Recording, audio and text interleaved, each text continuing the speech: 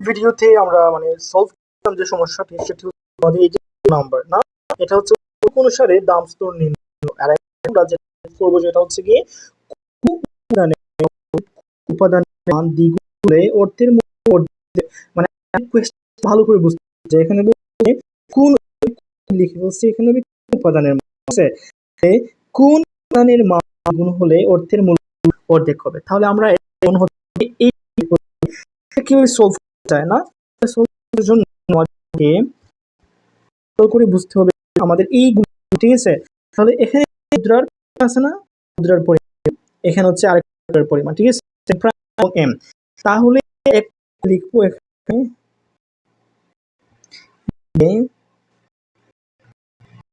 মুদ্রার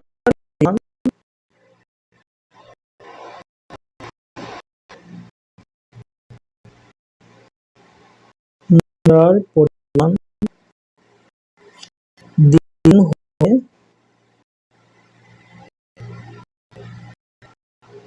it's very important, এটা কিন্তু ভেরি ইম্পর্টেন্ট। ওকে, ভালো করে আমাদেরকে বুঝতে হবে এটাও হচ্ছে কি মুদ্রার পরিমাণ গুণ হলে যে এর মূল্য গুণ হলে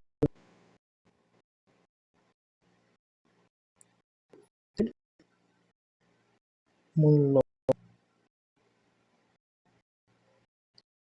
এক,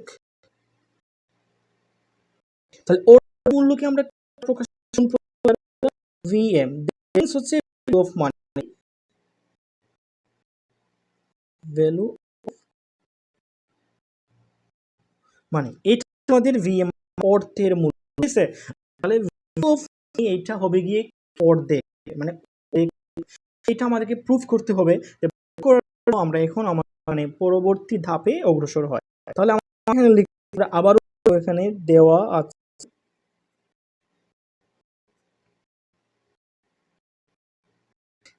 পরিবর্তন গিভেন, ঠিক আছে, গিভেন এখানে কি কি আমি মতো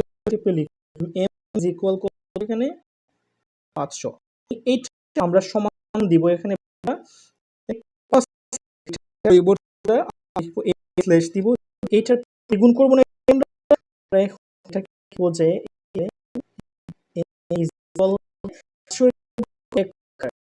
আমরা এখানে যে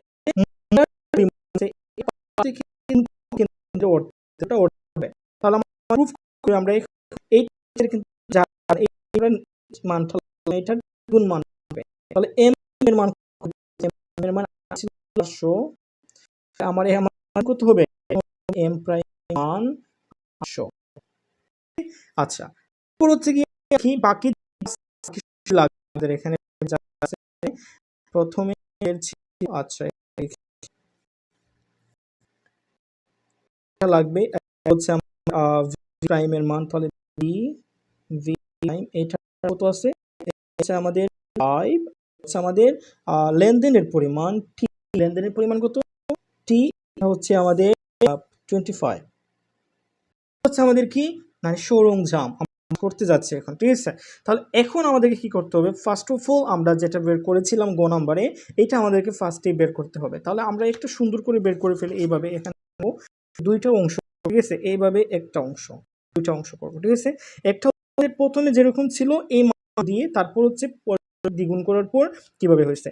তাহলে আমরা এখন লিখবো যে পি টি ইজ ইকুয়াল আমাদের আগের মতো, আমরা সবাই জানি যে এখানে কি হবে আমাদের m v plus m prime v prime y, এখানে আমরা এটা দিব, সরি আমার এখানে ভুল হয়েছে, আমি এটা ডিভাইড দিয়ে দিয়েছি, তাহলে ডিভাইড যেহেতু দিয়ে দিয়েছি আমি এইভাবে লিখতে পারি, এটা টিটাকে এখানে লিখবো, ঠিক আছে।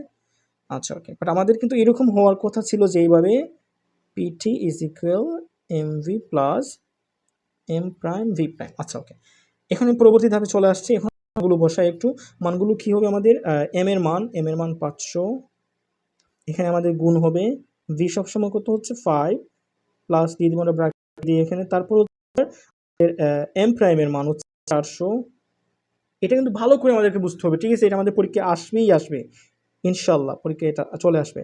আচ্ছা তারপর হচ্ছে 5 আর টি এর মান কত আছে 25, সেম আগের মতো আমরা মানটা বের করব। এখানে হচ্ছে আমাদের কত হবে 2500, তারপর হচ্ছে আমাদের এখানে প্লাস 2000, তারপর হচ্ছে 25, কত হচ্ছে আমাদের 5, এটা হচ্ছে আমাদের 125। ওকে, এটা আমরা ক্যালকুলেশন করে আমাদের মানটা বের হয়েছিল কত 180। ওকে, এখন আমাদের মেন কাজটা হচ্ছে কি আমরা অর্থের মূল্যটা দেখো এখন কত আছে ভিএম। অর্থের মূল্য মানে কি ভিএম দ্বারা অর্থের মূল্য প্রকাশ করা হয়। এটা সূত্র কি 1/p। তাহলে 1 এর মান আমরা বসালাম, p এর মান কতবার হয়েছে এখানে আমাদের এই যে এটা হচ্ছে আমাদের p বার, এটা হচ্ছে আমাদের মান, তাহলে 180 দিব আমরা এখানে। তাহলে এখানে 180 দেওয়ার পর আমি এইভাবে লিখে ফেলি এটাকে, দেখো এখানে কত আসে 1 ডিভাইড 180, এখানে আসছে 0.00555। ওকে, আমরা দিব এখানে 0.0055, এখানে 555 আসছে, আমরা এখানে দুইটা 5 নিলাম। আচ্ছা ওকে, তাহলে আমরা এখানে 5 6 নিতে পারি, যা আছে সব মানগুলো নিয়ে নিলাম। আচ্ছা ওকে, এটা হচ্ছে আমাদেরকে প্রথম যে মানটা আছে, মানে কোনো দ্বিগুণ না করার পর আমরা মানে অরিজিনাল যে মানটা সেটা হচ্ছে আমাদের, এটা হচ্ছে অর্থের মূল্য, এটা কি প্রথম অর্থের মূল্য। এখন আমি দ্বিগুণ করার পর আমাদের এটা প্রমাণ করতে হবে যে এটা আমাদের এই যে আছে না মুদ্রার পরিমাণটা, এটা পরিমাণটা দ্বিগুণ করার পর আমাদের এই মানটা অর্ধেক হয় কি না এটা আমাদেরকে প্রুফ করতে হবে। তাহলে চলো আমরা আবার এটাকে সলভ করি। এটা হচ্ছে গিয়ে পিটি ইজ ইকুয়াল দিয়ে দিলাম, আমরা সেম একইভাবে করবো এখানে m v plus m prime v prime, আমি একটু ছোটো ছোটো করে লিখি এখানে পি দিয়ে, তারপর আমরা করে নিব সেম টি এম প্রাইম। আমাদেরকে মানগুলো বসাতে হবে। আমি প্রথমে মান আমাদেরকে এম এ 500 না, এখানে আমরা এটা করেছিলাম দ্বিগুণ হয়েছে 1800, এই মান বসাবো এখন। বাকি ঠিকই এখানে 1000 কত আমাদের 5, আচ্ছা এখানে প্লাস দিয়ে দিব। তারপর হচ্ছে এর মান কত হয়েছিল 800, গুণ হচ্ছে আমাদের 5, একই রকম আগের মানগুলোই থাকবে। টি এর মান 25, এটা কোনো চেঞ্জ হবে না।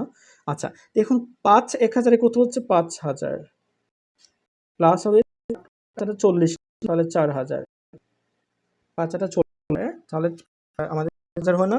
আমি একটু গুণ 5 1000 আসছে। ওকে, তারপর হচ্ছে এখানে আবার আমরা 25 দিয়ে দিই, তারপর হচ্ছে আমাদের এখানে 9000 হয় 25, এটা কিন্তু ভালো, এটা আসবে কিন্তু, ঠিক আছে।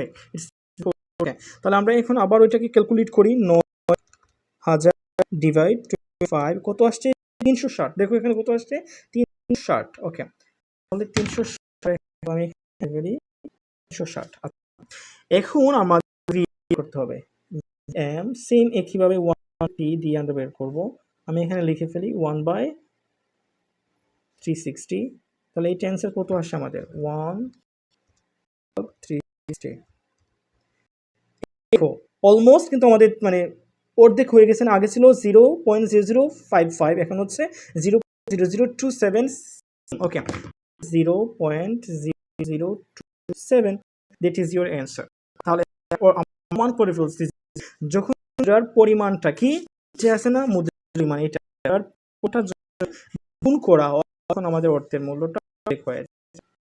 সবাই বুঝতে পেরেছে, আমরা দেখতে পারি পরিমাণ মুদ্রার পরিমাণ দিলে অর্থের মূল্য হয়ে যায়। মানে ছিল প্রথমে অর্ধেক দ্বিগুণ করার আগে 0.055, এটা লাগে না, এটা লাগে। আর যখন আমরা মুদ্রা আমাদের মূল্যটা কমে হয়ে 0 হয়ে গেছে। ঠিক আছে, তাহলে সি ইউ আল্লাহ।